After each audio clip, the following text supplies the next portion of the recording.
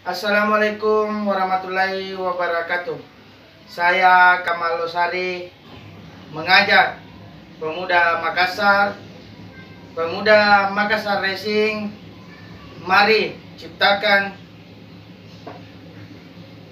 Pilwalkot 2020 yang aman, damai, dan stop memberi berita hoax di media sosial kalian.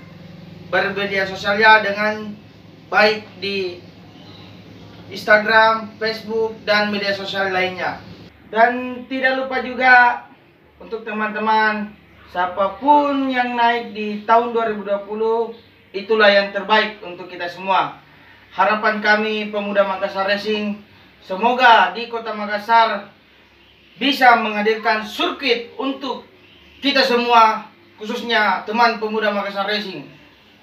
Salam.